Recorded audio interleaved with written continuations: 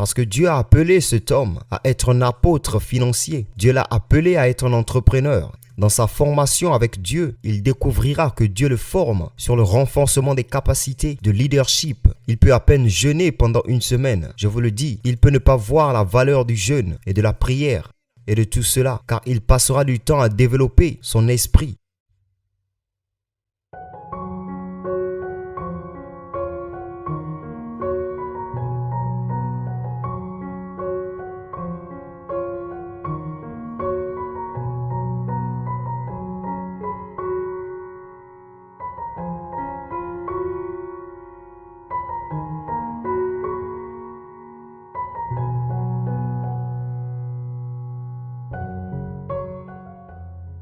Je dois vous enseigner un concept très puissant sur la façon dont Dieu forme les hommes, sur la façon dont Dieu traite avec les hommes. Et essayons de retracer d'où vient généralement ce problème de ne pas s'ouvrir à tout le conseil de Dieu.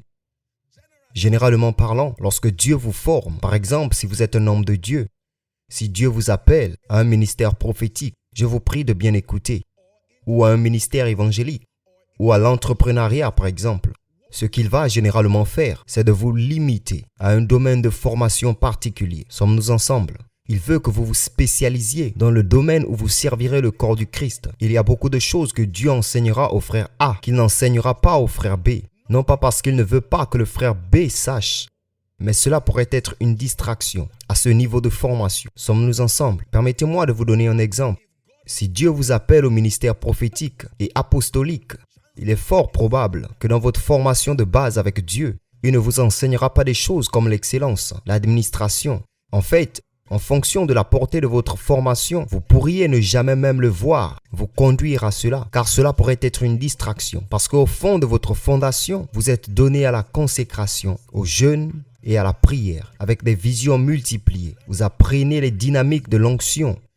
Maintenant, après 10-15 ans, arrive un homme de Dieu vibrant, avec une précision en ce qui concerne le prophétique, une grâce de guérison puissante, et vous commencez un ministère. Et au moment où le ministère démarre, parce qu'il n'y a pas besoin de leadership organisationnel, vous ne verrez pas la pertinence de la chose que vous n'avez pas reçue. Au moment où les membres commencent à venir, vous ne savez pas quoi faire avec eux en termes d'excellence et d'administration. Maintenant, vous êtes un homme de Dieu puissant, un grand prophète, un grand apôtre, mais il n'y a pas de gestion financière. Il n'y a pas d'excellence. Sommes-nous ensemble? Les membres viennent simplement recevoir le miracle et repartent parce que l'atmosphère est piquante en termes d'excellence. Et vous vous demanderez, mais je suis oint, pourquoi cela ne fonctionne-t-il pas? Il y a une dimension de l'excellence que vous n'avez pas saisie pour l'ajouter à votre expérience afin de vous rendre efficace. Maintenant, écoutez attentivement pour une autre personne. Parce que Dieu a appelé cet homme à être un apôtre financier. Dieu l'a appelé à être un entrepreneur. Dans sa formation avec Dieu, il découvrira que Dieu le forme sur le renforcement des capacités de leadership. Il peut à peine jeûner pendant une semaine. Je vous le dis, il peut ne pas voir la valeur du jeûne et de la prière et de tout cela, car il passera du temps à développer son esprit. Dieu lui donnera un visa à l'âge de 19 ans pour aller à l'école de leadership de John Maxwell. À 22 ans, ce monsieur est peut-être déjà allé à Harvard et au reste du monde, un leader renommé mondial. Et d'ici ses 25 ans, il est déjà multimillionnaire, travaillant avec beaucoup de personnes intelligentes. Si cette personne crée une institution, il est fort probable que lorsqu'il verra quelqu'un prophétiser et imposer les mains sur les malades, il dira simplement qu'il y a quelque chose qui ne va pas à cause du parti pris qui accompagne sa formation. Écoutez attentivement. C'est un message qui apporte la délivrance. Donc, il y a un parti pris qui vient par défaut et Dieu l'a laissé intentionnellement. Dans votre formation, vous ne saurez peut-être pas qu'il y a d'autres dimensions nécessaires dans votre vie, mais non capturées dans votre formation. Donc, lorsque le Seigneur vous amènera et que vous commencerez votre manifestation, vous enseignerez et mentorez les gens à travers le prisme de vos limites. Sommes-nous ensemble? Vous allez habituellement former les gens avec tout ce que vous saviez dans votre formation, tel que la prière, le jeûne et l'étude de la parole. C'est ce que vous allez enseigner et former les gens.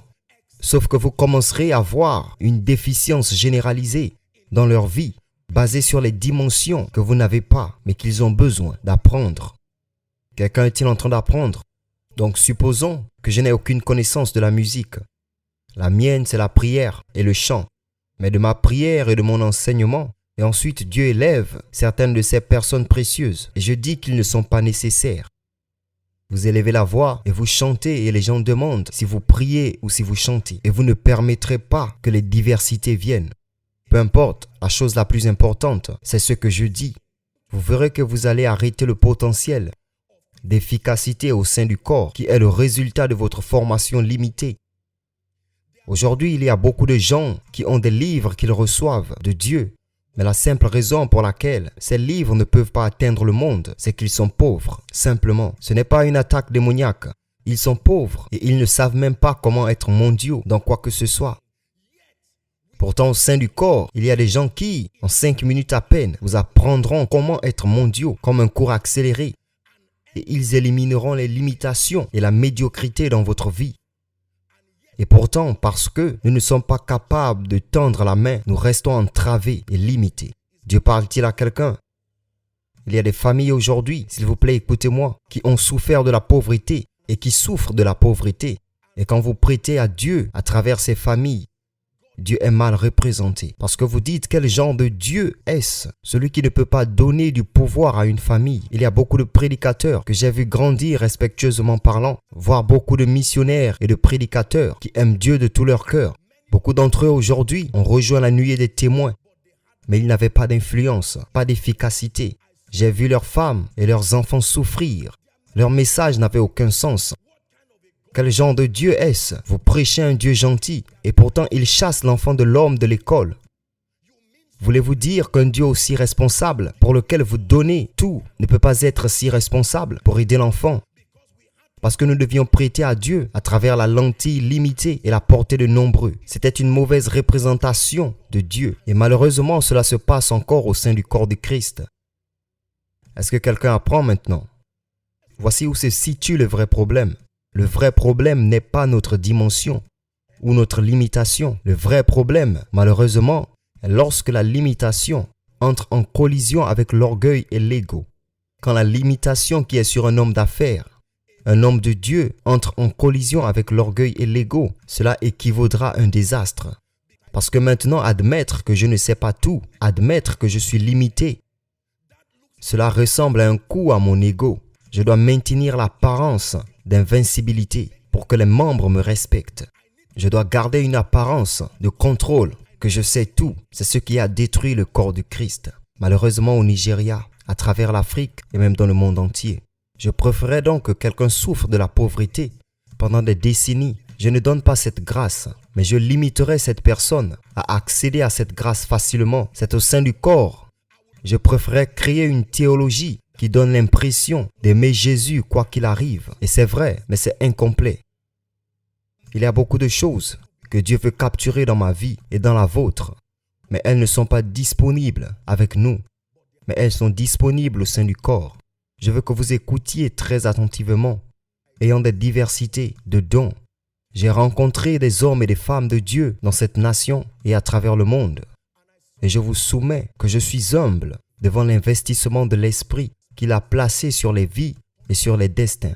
J'ai voyagé un peu et j'ai rencontré des hommes dans le monde des affaires, en politique et même dans le ministère. Et j'ai été énormément béni par le genre, la qualité et la dimension de Dieu qui réside en ces personnes. Imaginez ce qui serait arrivé à nos vies si nous nous limitions à dire que tout ce que Dieu m'a enseigné est tout ce que j'ai besoin d'apprendre. Le même Jésus qui a enseigné les disciples leur a dit qu'il y avait encore plus de leçons à venir. Ce ne sera pas par moi, mais c'est toujours profitable pour vous. Si nous rejetions les enseignements de Paul et disions « Paul, qui es-tu pour m'enseigner ?» Jésus lui-même m'a enseigné. Nous ne connaîtrons jamais les épîtres de Paul. Nous ne saurions jamais que nous avons été assis avec Christ. Nous ne saurions jamais que nous devons rester fermes dans la liberté que Christ nous a donnée. Nous ne saurions même pas comment repousser les armes de l'obscurité. C'est Paul qui a organisé l'administration du don de l'Esprit.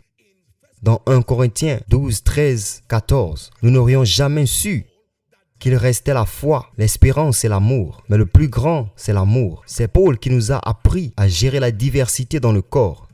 Imaginez apprendre Dieu sans Paul. Mais aussi puissant que Paul soit, personne n'a enseigné l'amour comme Jean. Il n'était pas appelé Jean le puissant. Il était appelé Jean le bien-aimé, que ce soit dans son évangile ou dans son épître. Lorsque vous lisez d'un point de vue théologique, les premiers récits synoptiques, la plupart d'entre eux ont commencé à partir d'un point archéologique ou historique. Sommes-nous ensemble? C'est Jean qui a commencé son discours à partir de la divinité de Christ. Jean 1.1, il a utilisé la même expression que dans Genèse 1.1. Au commencement, la même chose avec Genèse 1.1, au commencement. Jean était tellement plongé dans les choses spirituelles. Il était le bien-aimé de Dieu. Imaginez apprendre la Bible sans le livre de l'Apocalypse. Et le livre de l'Apocalypse venait de Jean. Retirez les proverbes de la Bible et voyez combien de sagesse vous retirez de votre vie. Retirez Genèse, Exode, Nombre, Lévitique, Deutéronome et voyez à quel point votre esprit spirituel est appauvri. Ces 5 livres sont rassemblés sous un seul nom, Moïse. Retirez les prophètes, tant mineurs que majeurs, et lisez votre Bible sans eux, et voyez à quel point votre compréhension de Dieu sera déséquilibrée. Est-ce que quelqu'un apprend maintenant? Alors supposons que tout ce que j'avais à apprendre de Dieu était le livre du Lévitique. Imaginez que ceci soit ma Bible, et la seule chose qui s'y trouve, c'est Lévitique. Et je discuterai. Quand je verrai le livre des Actes, je dirai que c'est absurde, absolument absurde. 28 chapitres remplis de n'importe quoi. Imaginez si je voyais les 4 évangiles, qui est le Saint-Esprit, pas vraiment mentionné, il n'est évoqué que sous forme de symbole dans le livre de Lévitique. Imaginez la dimension de Dieu que je ne porterai jamais. Ma question ce soir pour vous, je me demande quelle paix vous retenez en ignorant le reste et en prétendant tout savoir sur Dieu. C'est vrai pour les pasteurs, c'est vrai pour les hommes d'affaires. Et le problème est que, dès que vous accédez à une position de leadership, il y a des gens qui, par une loyauté aveugle, suivront chaque perspective que vous leur communiquez, croyant que les propositions que vous leur avez données sont tout ce qu'il y a à apprendre. Imaginez si nous n'avions jamais eu l'opportunité d'apprendre la vie de Joseph. Comment saurions-nous que Dieu élève les hommes? Imaginez si nous n'avions pas connu l'évangile, que Jésus est mort. Savez-vous à quel point les épîtres seraient erronées sans l'évangile? Soudain, Paul apparaît quelque part et dit avoir été crucifié avec Christ. Quel Christ? Il était l'incarné. D'où? Il était la parole. Quelle parole? Imaginez la confusion. C'était l'évangile qui a donné une perspective aux épîtres. Quand vous lisez les évangiles, cela vous donne les fondements pour comprendre que tous sont péchés. Quel péché ai-je commis? Contre qui? Sommes-nous ensemble? Qu'est-ce que Zoé? De quelle vie de Dieu parlez-vous?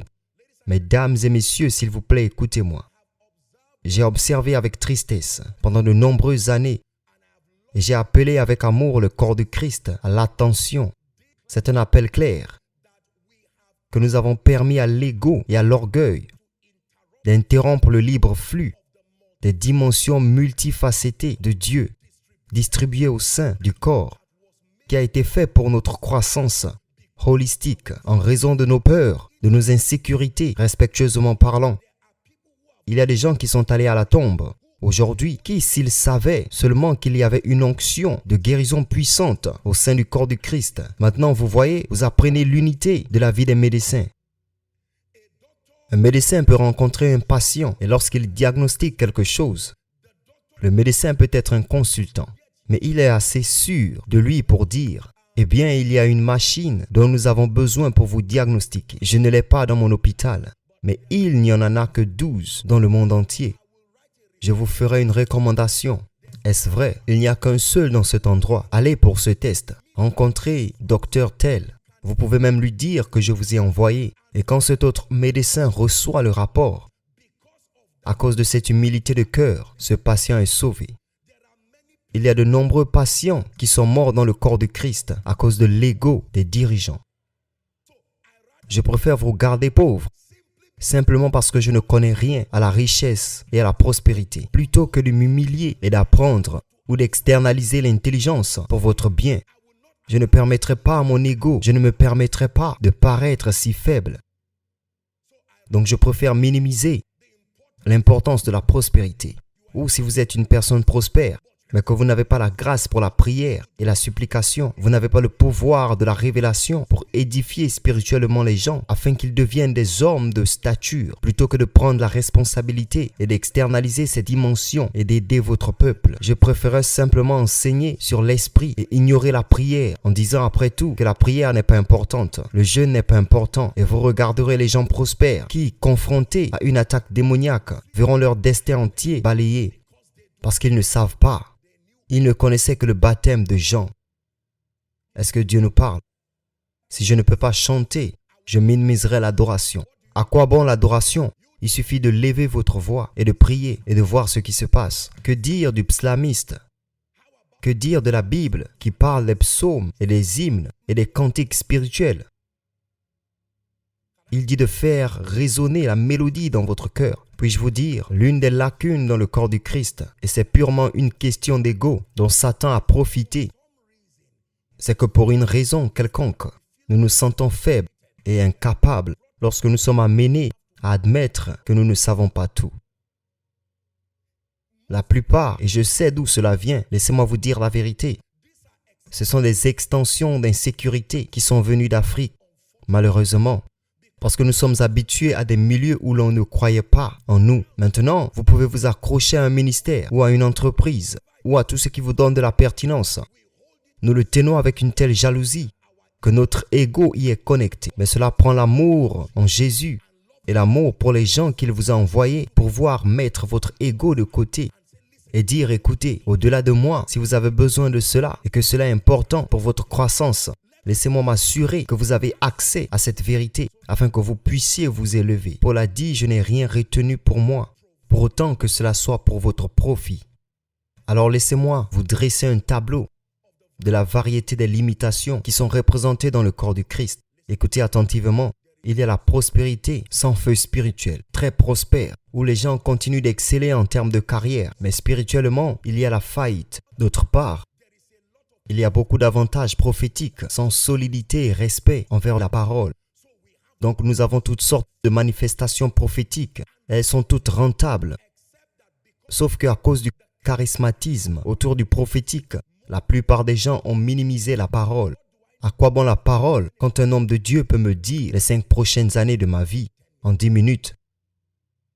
Ensuite, troisièmement, nous avons des gens qui sont pleins d'onction et de charismatisme, zéro caractère, même pas un petit, zéro caractère. Sommes-nous ensemble? Ensuite, nous avons ceux qui ont du caractère, un caractère solide, plein de souffrance. De caractère avec la pauvreté, caractère avec la médiocrité, le caractère avec l'échec. Leurs enfants ne s'élèvent jamais. En fait, en parlant avec respect, ils peuvent même combattre tout ce qui ressemble à une croissance parce qu'ils le perçoivent comme antichrist. Je me demande de quelle variété vous et vos enfants avez été victimes. Ma mission ce soir est de faire savoir au corps du Christ que dans cette erreur, il n'y a aucun gagnant.